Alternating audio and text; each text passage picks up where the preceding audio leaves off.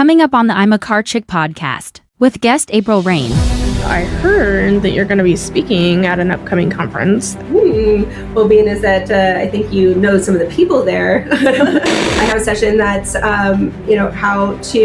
like the guidebook to networking. My go-to is talking on marketing trends. I really like to talk about like what other companies that are doing that are cool and creative that we in automotive haven't adapted yet. But what is the demand for connection in automotive tech? So how do entrepreneurs get their product out there to people? They just don't have the budget to put 25,000 plus into an event, but how do they get in front of people? That's one. And whether it's an ADA or digital dealer or women in any event, right? Events are expensive, and a lot of times the mentality is that we just have to be there.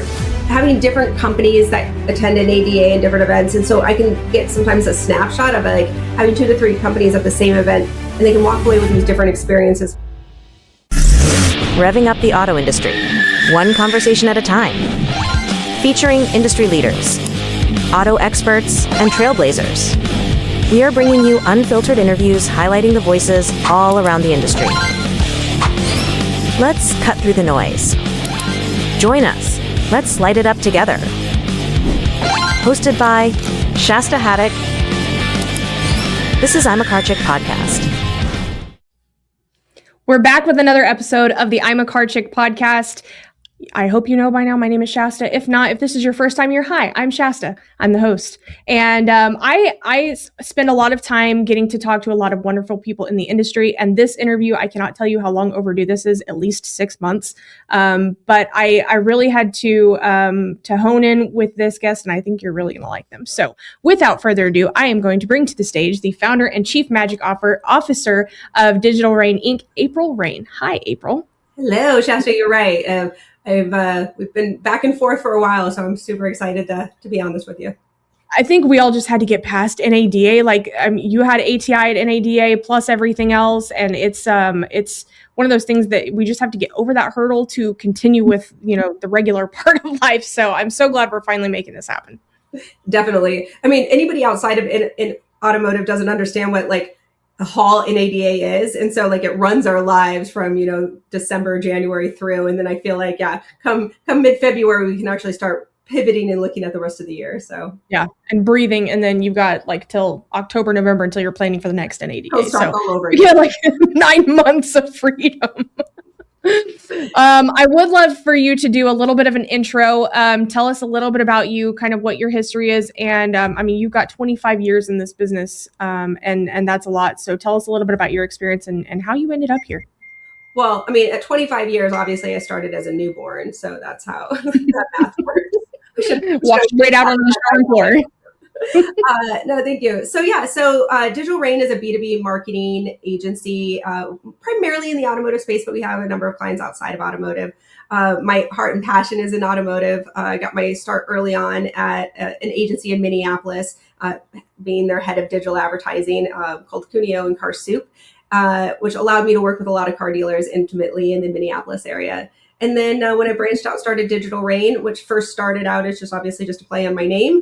It sounded cooler than, consultant or unemployed. So I put on LinkedIn that Digital Rain was in effect, and then was lucky enough to start getting some calls from people that I had worked with through the agency. And at first we started with a little bit of dealer marketing, but then realized that the B2B space was in much more need of, marketing events and strategies. So we've been really fortunate. Now we're, going into 15 years with Digital Rain. A lot of our clients have been also really successful to move on, sell, get acquire other companies. And then we have a great network of people that refer our business for those things. And then 2 years ago, we started an event series called ATI Auto Tech Investments. So then that's also been one of our passion projects over the last couple of years as well. So yeah, that's what I do. And I heard that you've packed the house 2 years in a row. We have been so fortunate. I couldn't have predicted such a good outcome, because I know we manage a lot of events for clients, and we know how, and we used to manage, the Colorado Dealers Association event for 12 years running. We did IDS with Tim Jackson. And so we know events are a lot of work to get people in there, sell the value proposition, fill seats, make sponsors happy, make speakers happy, make the attendees happy, get a good review. And we've been really fortunate. We found a niche in the market with auto tech investments, which originally just started out because I had some clients at NADA that all wanted to get together and really talk about what's happening in the financial aspects of the industry, and how do we pull together the whole ecosystem of like dealers, OEMs, investors, entrepreneurs, and give them a chance to network, especially because NADA and all the booths, they're so vast. There's 20,000 people walking around. How do you really connect with people in that moment? And we found this little window of time that happens right before NADA launches on the first day of the expo, where we know that we can get people in. We have a 3-hour breakfast, and half of it is a Shark Tank style ultimate tech pitches that gives entrepreneurs a chance to talk about their product. And then the other half is thought leadership from some of the smartest people in the industry, like Eric Denlinger, Ron Fry, Joe Shaker, David Metter. And they go through and talk about, predictions of what's happening in the financial aspects and what we can see from acquisitions, M&A, different things. So it's been a really fun adventure building this up. And yeah, luckily we've been sold out every time. So it's been a really exciting. That's when you know you're doing something right. When you're like, man, I got to get a bigger room next time. Well, and I have to give so much credit to Steve Greenfield with Automotive Ventures. He is our MC and partner in this. And, obviously he always has his finger on the pulse of what's happening, especially for startups and what technology is growing. And he does such a great job of, facilitating the content for us and getting the word out. So it's been a couple of things, great timing, great partners, great sponsors, great speakers. And then just finding that window of time that people are available and packing a room. Yeah, I love it so much. And we were talking before the show, and I can't wait to get to the next one. I had scheduling conflicts. My CEO was speaking at the same time, so obviously I had to be there for that. But I'm hoping to make it to the next one, fingers crossed, going to plan everything well in advance. So you were mentioning something earlier that I want to kind of touch back on, and you mentioned it in several ways, several times, but building relationships in the business. And I think automotive is often called a relationship business, but you've been here 25 years, which is amazing. It's phenomenal. I can't wait to hit 25 years and call this industry home for that long. And the fact that you look 25 into it is kind of even better, that it hasn't aged you at all. So kudos on that. But I want to know what actually separates the people who truly build influence from people who just show up everywhere, because I think that's a very drastic difference. No, that's a good point. And obviously, thank you for all those compliments. One, I think I have the Google blur filter on for the camera. So there's that. And don't get me wrong. I mean, anybody that's been in automotive for a while, you feel it too. So like it has its moments, but no, that's a great question. The difference between people that are just kind of showing up versus people that are kind of cultivating relationships. For me, I think it's about intent.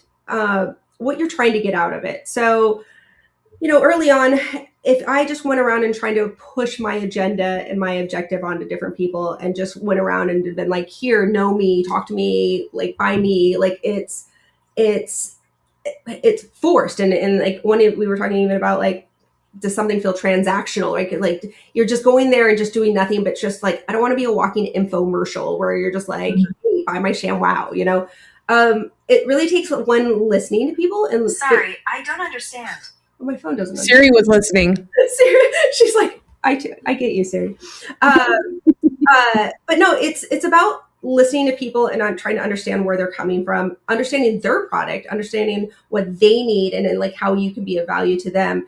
And then when you do that and you do that enough times, you start to see how these connections form. You start to see how, hey, this person over here has this product and this is what they're trying to do. Hey, it just so happens I also know a person over here that needs such solution. And then you start putting them together. Malcolm Gladwell's, Outliers talk about that, where, the ability to like listen, hear what people need, and then match them with a solution is what makes people a connector. And I wouldn't go to say that I'm a connector, but I do think I have a good ability for taking in and trying to find the right match for people, whether that be a person or a solution. And so I think anybody that's out there trying to gain influence, what they need to do is gain respect first and be of value to other people. And then I think, then after that, then the relationships kind of flourish. Yeah, you should give information and knowledge 3 times more than you ask for it. Yeah, absolutely. Learned that from Gary Vaynerchuk. You answer, hopefully. Yes. Oh, 100%. And I'm curious, I didn't plan this question, but it's coming to me.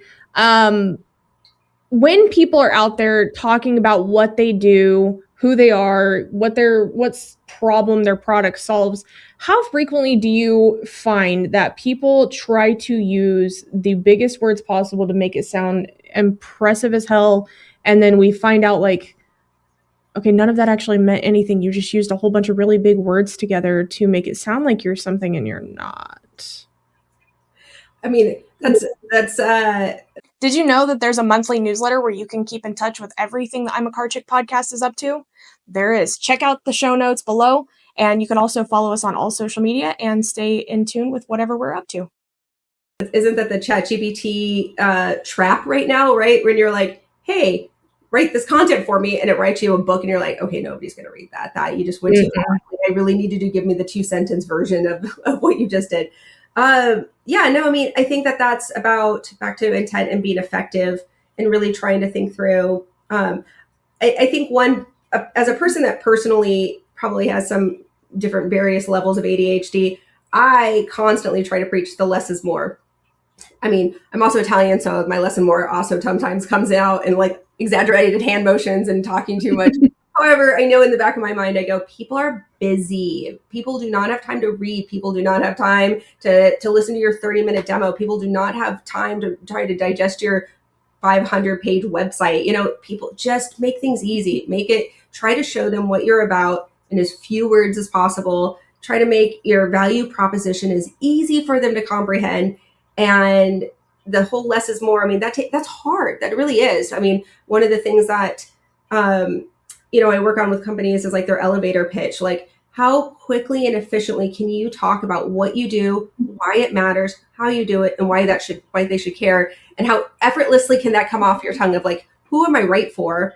And especially stuff like in ADA, you're going around meeting 20,000 people. Like at the end of the day, who are you going to remember? And you can't you can't launch a monologue to be able to like talk about your product. So definitely being able the art of refinement is probably key when it comes to like talking about what you do. I read something or heard a podcast from Alex Hermosi, because he has so many publications, verbal and written, that had mentioned one time that the information that you give is best absorbed when you give it at I believe it was 6th grade reading level. And so when you break it down that much and make the words that consumable, because we're so busy, because our brains are going nonstop, that's what makes it the most easy to consume and take in and be able to process and put back in the bank, because you're not having to sit there and decode everything. And I think that's really important. And it's crazy when I tell people that, because they're like, so I have to make it sound stupid. I have to make myself sound stupid. And it's like, no, that's not what it is. You have to make it digestible. Absolutely. I mean, obviously within context, I'm sure there's lots of situations where, it calls for a more, elevated or elaborate, explanation.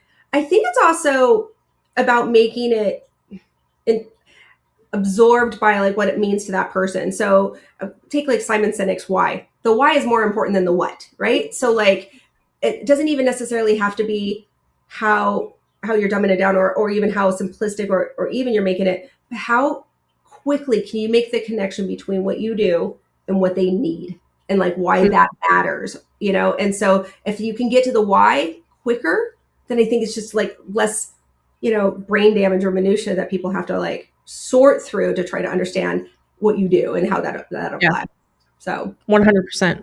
I couldn't agree more. And it's the right people know the difference. It's kind of I think also it's a learning process. Early on in our career, like I was a little like Swiss Army knife of services, right? I don't even think we had a slogan or motto other than we get shit done. People would just come to us and they go, what do you do?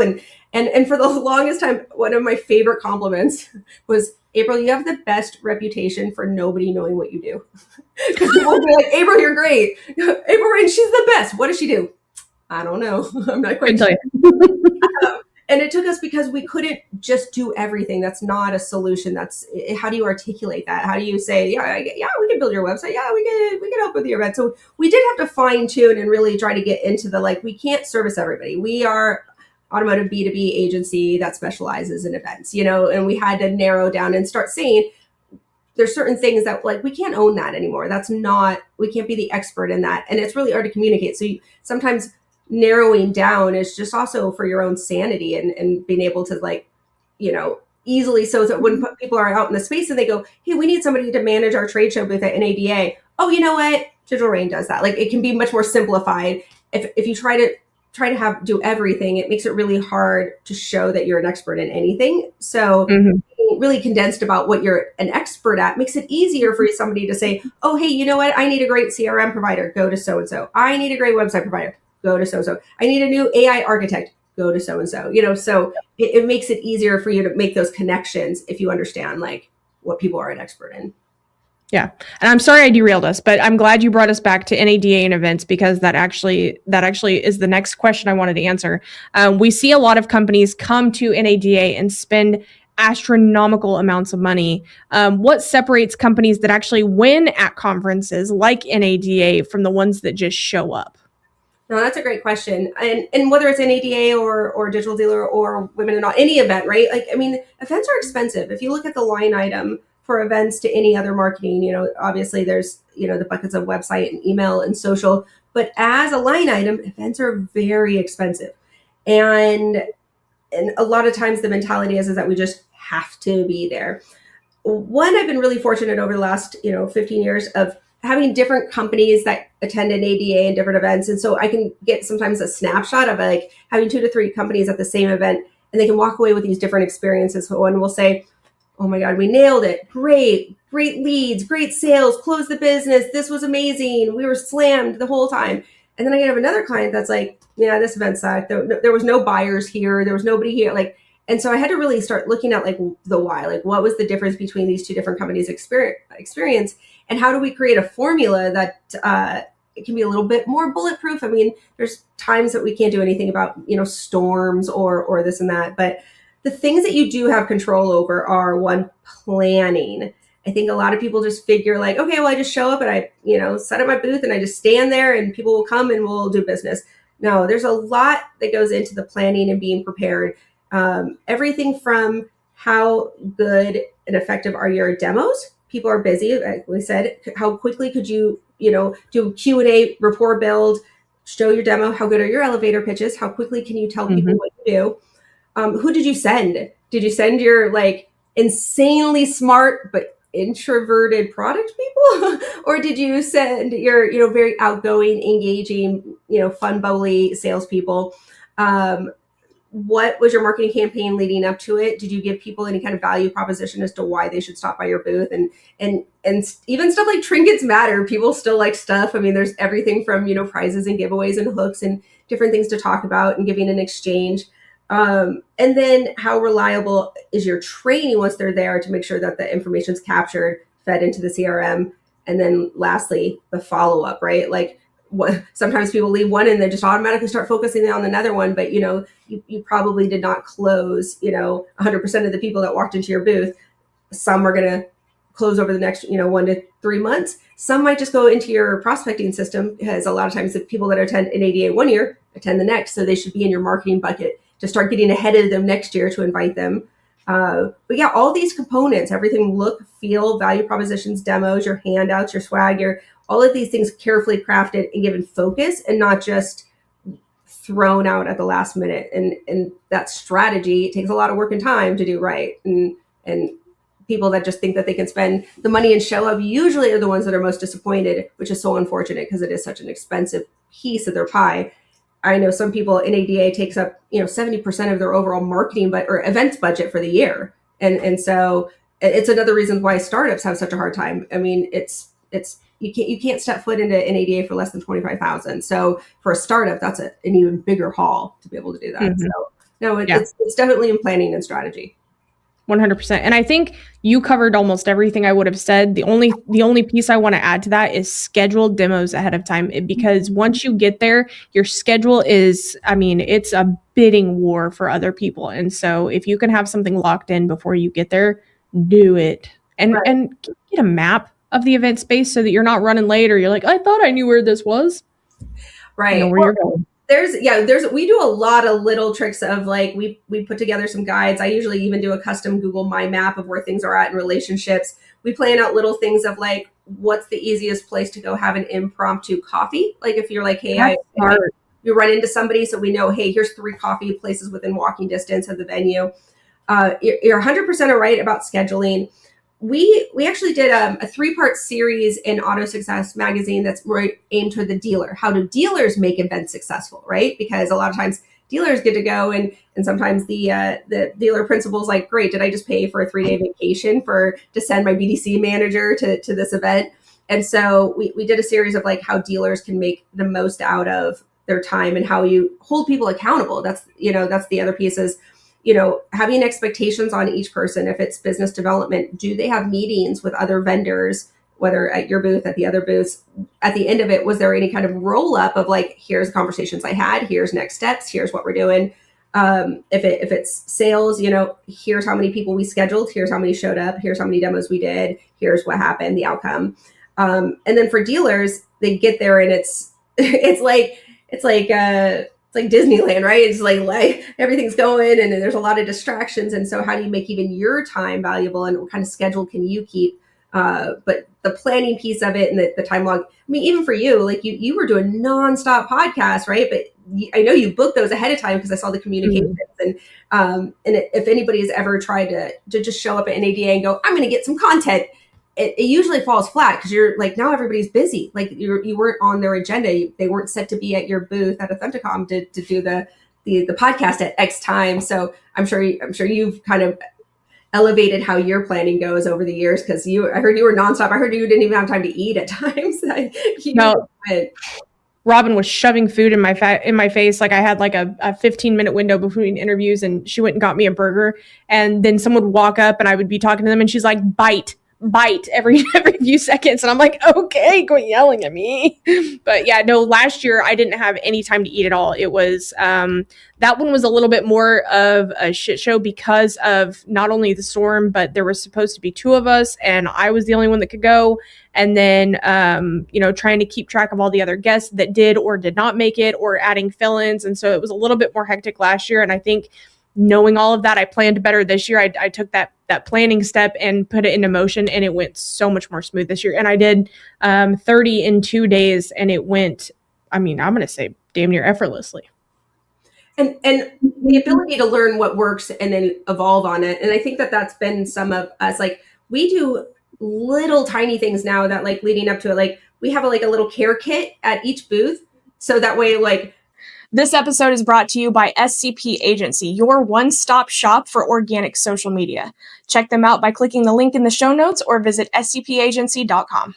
We can't have our best salesperson, off doing like, let's say, getting a Band-Aid, right? Like, I mean, we have a medical thing, we have some food, we have liquid IVs, we have breath mints because nothing kills a deal more like bad breath, right? So we try to make sure that there's like a little living Walgreens right at the booth so that there's no reason that people want or need for anything. But that little checklist has grown over the years of like, what else do we need now? Or what, what has to be in that toolkit to make sure that we're successful, both from a digital standpoint, a physical, taking care of your needs, right? Because burned out salespeople also aren't going to be the best representation of your brand. And over the years, we've even tested new things like spokesmodels instead of staff, because sometimes it can be hard for the staff members to stand there for 8 hours straight and try to look happy and encouraging, especially when they're sugar crashing or they've been their feet hurt or they tried to wear new shoes. Or Vegas got them. Right.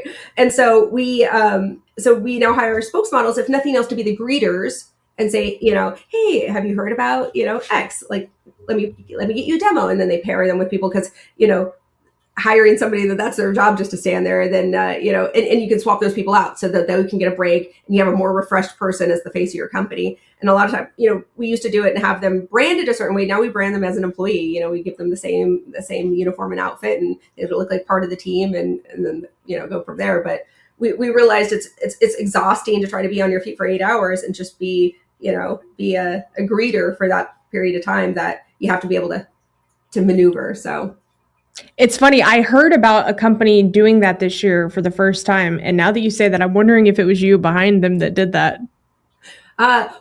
we've been doing it for a while, but we keep mixing it up, like back to, instead of somebody for 8 hours, now doing 2 different people for 4 hours. So they come in a little bit more refreshed and stuff like that. So yeah, no, we use an agency that helps us kind of pair. And then you get to kind of, you get to work with like the level of what you want them to know. They could do straight just introductions. They could just be lead scanners, because sometimes salespeople and car dealers know this. Salespeople are not always the great at putting things into the CRM or doing the semantics or the mundane tasks sometimes that are like, which, you hire them because they're great with people. They're interactive. They know the product. They know how to, build rapport. And so even if we have to hire somebody to just run around and scan badges and that's their job, like to get it into the CRM, you make it work, basically. And that's so smart, having someone dedicated to that, because I mean, from being on the BDC side for so long, it is one of the things that I don't know that struggle is ever going to go away. It might one day, I don't know, but is getting the salespeople to put stuff in the CRM. And I mean, the same applies on the vendor side. And so I love that idea of having badge scanners. That's a very important piece. Yeah, and we're even looking at new companies now that maybe don't even rely heavily on the badge scanner equipment themselves. Like, is there a way that we can overlay just like taking a photo using AI and then matching it with contact information? So we're even trying to like elevate that to like the next level of like not always having to have that physical hardware equipment needed, that you could do that just anywhere, whether you get a booth or not. Just scanned. So yeah, no, that's so smart. Yeah. And this is a perfect segue. And we kind of have covered it, but do you think most companies who have booths at these events actually know how to measure ROI from them? That's a great question, because some of it is what's your intent? Like, what do you want to get out of it? So I'll give you an example. One of our clients, True Video, the biggest thing that they wanted to do was showcase their new technology to both, their partners. They are the video arm for like CDK, Reynolds. And so they were launching a new, VR headset with Snapchat integration into their product, right? So to them, the experience was more important than like, hey, let's just do a lot of demos, right? So they wanted it to be a destination that people could come and interact with their product. And so we did things like they have like RCS messaging, and we had a coffee bar set up there. And so instead of just people going and asking for coffee, you got to use their RCS messaging to order your coffee. So you'd scan the code, get to sit there and you get to see a little poll of like, do you want a cappuccino? Do you want a latte? Do you want almond milk? You put it in, that order then went to the barista. They could go back, pick up their coffee. So when it came to ROI for them, it was, did we have the right people at our booth to expose them to our new products? And then we had clients like Trade Pending, which was much more about diligence in their products and showing them. So they had a BDC center that did nothing, like, as you said, scheduled appointments, made sure that their salespeople were ready, made sure that everything was timed, made sure that their greeters were there to bring people in, scan them, give them their free gift, which Trade Pending had an amazing gift. So like that was our hook. Like you got, upwards of $150 gifts for committing to your demo, Bose AirPods and stuff like that. And so theirs was much more about like, did we schedule the appointment? Did they show up? Did they, validate that they got in? And then did they get a demo and what happened to it? And Trade Pending had one of their best years ever on all accounts when it came to it. So one, your ROI is going to be directly tied to what your goals are and what you want to see happen. And then, if you're not measuring, obviously closed business, both closed business at the show, but also closed business over whatever your average close rate time is, right? If you knew you didn't talk to the decision maker, is your average time to then go from, a used car manager to the GM to getting a demo, is that 30, 60 days, but continuing to track it well after NADA. So you have that attribution, that's critical. And if they're not doing that, then it gets really hard to prove ROI for an event if you're not putting in those components. Yeah. And I think about too, like there's so many relationships that get built that don't turn into something immediately. And so tracking that even for months afterwards, the 6 to 8 to next NADA mark. I mean, it may take until next NADA to close a deal because of the paths the relationship had to go through. You meet a vendor who then introduces you to a dealer, and that's still technically like you might have been NADA. That's an NADA solve. Yeah. Yeah. I mean, just as marketing attribution is our pain point for anything, right? Because you see an ad, you open an email, you visit their booth, But then April says, hey, did you check out this product? And then you do, and you go, oh, then April is the referring source. And so, I mean, that is the pain point. But, adding that, sphere of influence, right? If we saw that they hit these three things and then they did X, then we know that that's a significant piece of the pie for how you're tracking things. And then the database of it, because a lot of these products are not decide on the spur of the moment products. I mean, if your product is turnkey enough that, especially if they don't have to give up something else to add it, right? That's the people that have like a lot of the new tech or whatever. If they don't have to cancel an existing product to add yours in, you have less barriers to the point of sale. But if you're tied into a contract, if it takes underhaul, if it takes getting all decision makers on board, and then, the CRM and website are probably the two that are coming to mind that, and God forbid DMS system, right? Like those would be the ones that are like heavy lifting, but smaller, more agile products are easier to tack on, and you might be able to close more on the spot. But the harder the product is to onboard, the longer the sales cycle is going to be, and you have to track it more thoroughly. Yeah, 100%. I want to take it back a little bit to ATI, and I know we breezed over it and then jumped into NADA because obviously NADA just happened. It was huge, but so did ATI, and so I want to make sure that we cover that.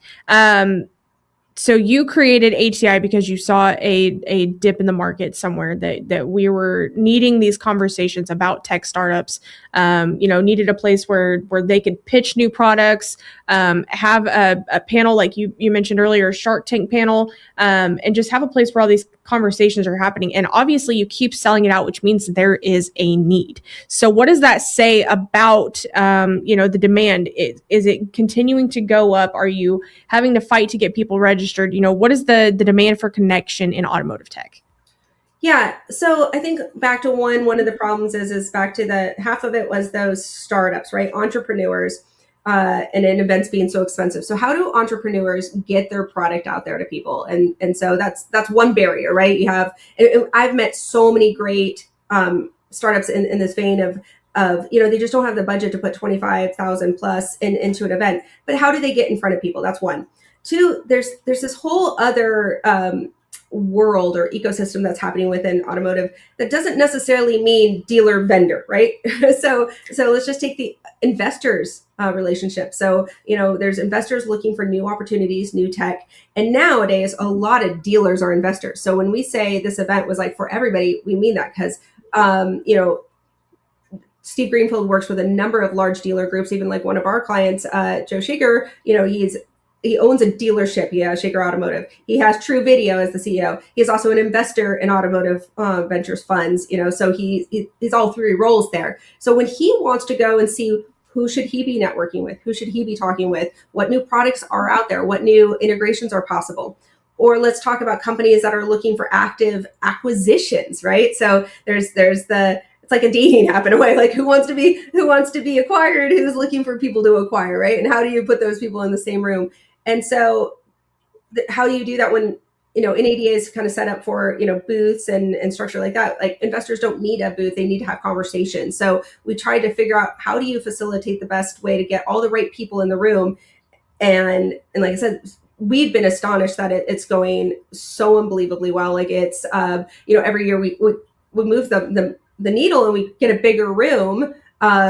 And then we still hit that capacity. We go, oh my God, that's, and we've been fortunate enough to have some great marketing partners as well. But no, I think that You've made it this far, and I have to say thank you so much for listening. Please be sure to rate the show, whether you're listening on Apple Podcasts or Spotify, subscribe on YouTube, and of course on all social media channels. Light it up. People just really want to have conversations and they really want to learn about what other people are doing, and they want to have an easy way to do that. And we do a few things that make it easy. So our tech pitches are 5 minutes because we're playing to the like short attention span, like get up. If your product sucks, get off the stage. If it's interesting, then you can have follow-up conversations. And then we give an award because everybody likes to like a prize at the end of it. And then this year we even opened it up that people could write bios about their company. So maybe they weren't even a tech pitch, but they could have their companies listed in our brochure, and then people could go and get exposed to it. And yeah, me and Steve Greenfield are talking about other opportunities to do that throughout the year. Maybe that's a webinar. Maybe that's, how do we find other ways to get that exposure out there?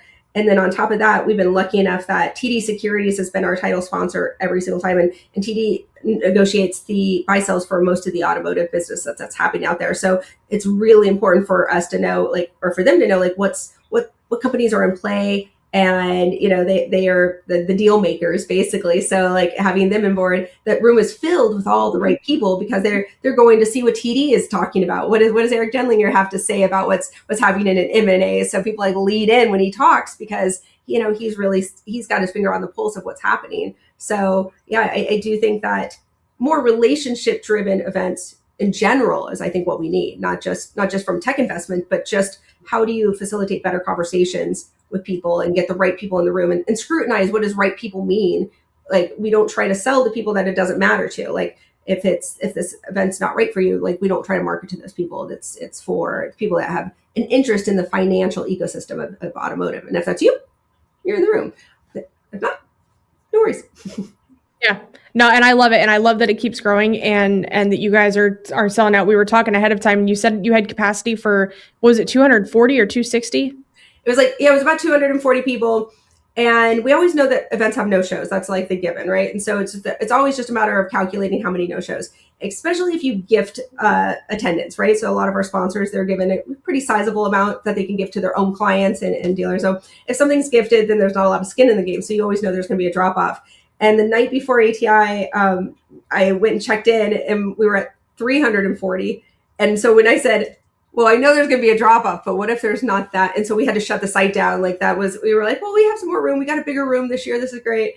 And so, and we still ended up having 350 people. We did not have a drop off. The people that didn't show up, we had just as many walk-ins.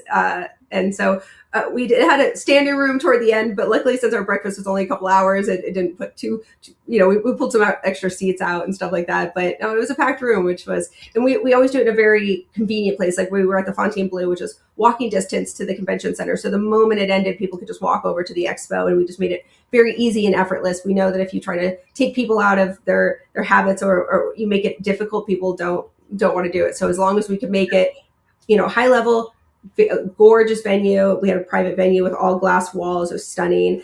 And then just make it easy to the convention center. And you put those things together and it made for a really good formula. So I hadn't planned this question, but you just saying that made me think, what do you think the odds are of making ATI a standalone event? That's a great question. As we know, events are very saturated.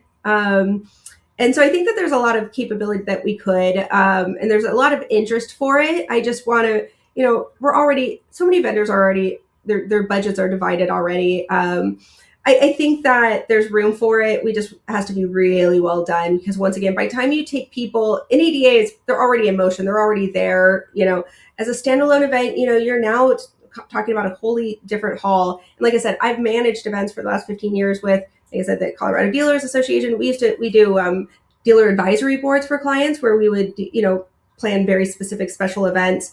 We hosted some of the first events at Google headquarters when Google would open up the Googleplex. And so we've done those, but we just know that it takes a lot to pull OEMs out of their daily life, get them to travel. So if we do it, we'd have to put together something truly special, like jaw-dropping special, but it's in consideration. I love that. I love that so much. And speaking of, there's a lot of conferences and a lot of great things going on. I heard that you're going to be speaking at an upcoming conference that we will both be at. Well, being is that I think you know some of the people there. Yes. So no, I was chosen to speak at Women in Auto. I don't think they made it official, but I got the call from the people, so I assume that that's good enough to share. I've been a big fan of Women in Auto for a while. I obviously really support the cause and their intent there. I have a session that's it's like the guidebook to networking. And some of that actually, I didn't even come up with the title. I had asked where there was a need, because I was like, I tend to like, my go-to is talking on marketing trends. I really like to talk about like what other companies that are doing that are cool and creative that we in automotive haven't adapted yet. And so I usually like that kind of eye candy of like, what marketing cool stuff can we showcase? But I went and asked, I said, what do you think Women in Auto needs? It's an untapped category. And I was told that, the guide to networking, everybody says networking is so important, but how do you do it? And I think because I've been really fortunate enough in my career that I have a really big network of amazing people, but more specifically, amazing women. I've got I've got literally the gold standard of supportive women in my life from the automotive and in life. And so we're going to talk through like, how do you do that? How do you build those relationships? How do you cultivate that? How do you do follow up? How do you conversations start, even though that's like super awkward? So, and to your very first question, what's the difference of just showing up and, just trying to be there versus being impactful? And so we're going to go through, some of the things I've just learned, and so maybe the influencers are different people that I follow or books that I've read that has given me a few tools to help with that, and hopefully I can help a few women connect as well. It's one of those things that I feel like you can never stop learning about networking and what works and what doesn't. And I was at, I posted on LinkedIn earlier, I was at an event on Wednesday that was a local Chamber of Commerce event that was all about networking and what to do. And I went to that and I was like, man, I took notes during that. And I feel like I've been networking for 13, 15 years at this point. There's always something to learn. And I can't wait to hear what you have to say. I will be as front row as I can possibly get, and will be there to learn as much as I can. Because it's one of those things that I'm in love with networking. I'm in love with meeting new people. And I think it's something everybody should know. It's free. So like, why not? Yeah.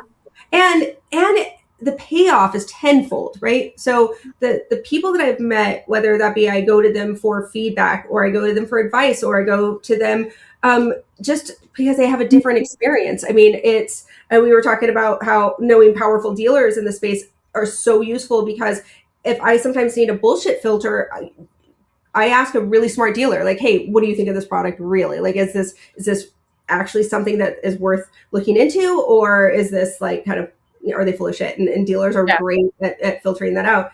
And so, utilizing your network to both, get recommendations, get help. I have a friend, George Ninny, who, I wanted some more background information on CDPs. And I was like, hey, I could do the old fashioned way and Google and watch videos, but like, I'm more of a phone a friend kind of person. And so I was like, I need your help. I need you to explain a certain piece of this to me or get your opinion on it. And so increasing your network, it's the marketing or it's the strategy that always pays. And you're right. I'm the same way. Like, I would not even presume to say I'm an expert. I'm just saying I've done an okay job in my own life with it. And if I can give a few tips, great. But I think that I love to like follow people that do a really good job of having clear communication. And if there's any, thing I could do to like always improve my communication, be a better communicator, strong communicator, be a better friend, be a better mom, be a better, advisor, all of those. Yeah. Like, there's never a place where you say, I'm done learning those things. So if I can pay it forward, then always happy to. I love every bit of that. I know that you are getting close to needing to go. I think you mentioned you're taking your son to the airport today. So I'm going to do 3 really quick rapid fire questions before we are done. Okay. What was the first automotive conference that you ever attended? Digital Dealer, when I was still in Orlando. I think I was actually trying to think of mine too. I think mine was Digital Dealer too, but it was a Vegas one, but like, I'm going to say 2016. I could be wrong on that, but. And I can say I fell in love. Like, I felt like, I was not a popular kid in high school. And when I got to Digital Dealer, just everybody's interaction, everybody's need to like talk and meet and hang out and ask for your business card. Like, I kind of felt like, am I cool? Am I cool here? Like, is this what cool people feel like? Like, am I popular here? Like, and it because it was all of a sudden, everybody was so eager. Everybody's so eager to meet each other and talk to each other and, connect with each other. And, it's the start of LinkedIn. And that's sad that I just said that, the start of LinkedIn, but it was. And everybody's like looking to connect. And it was just, I was immediately hooked up. Like, people get to do this all the time. This is a job. People get to go to conferences and like basically meet people for a living. And so, yeah, from my very first one, I was hooked. Yeah, it's one of those things that just keeps you coming back to the business. What is the best networking advice that you have ever received? Listen more than you talk. Ask good questions. I mean, it's probably the one that I still struggle with, but it's good advice. It is. I love it so much. And what is one industry myth that you would love to bust? I think the universal one that dealers can't be trusted. That dealers are slimy, or that, that they're just untrustworthy. Because in my experience, they're the most loyal. They're the most hardworking. They're the most, the dealers I know, they'll go to bat for you in any state. Like, and they have a tough shell. So you have to bust through that sometimes. So once, they've got that, I don't want to talk to you. I don't have time for you. I don't want your product. I don't want to buy anything from you. I don't like you. Go away. That's their tough shell. But once you get past that, and back to if you provide value, they tend to let that down. But they are some of the kindest, most generous people I know in the entire industry. So if I could break the myth that car dealers are untrustworthy or slimy, like that would be it, because they obviously don't know the car dealers I know. Oh, I love that so much. And it's so true. I think some of the best people I've met in this industry have been really good dealers. And so, the right ones are in the right seats for sure. What is, if anybody wants to connect with you, ask you questions, work with you, what is the best way for them to connect with you? I have a feeling it's probably LinkedIn. But yeah, I was going to say LinkedIn's probably a good one. Just April Rain. There's not a lot of April Rains in the car business, but or April@digitalraininc.com if you want to send an email. Love that. Thank you so much for being on the show with me today. Like I said, this was long overdue. I learned so much from you, and I know I'm going to learn more from you at Women in Automotive in July. But this was so long overdue, and so I'm so glad that we finally did this. Yeah, no, I appreciate it. Thank you so much, Shasta. I'll see you next week. Yes, absolutely. All right, guys, be sure to connect with April on LinkedIn. Check out Digital Rain Inc., all the things that they're doing over there. And you know what? Remember to light it up before I see you next time.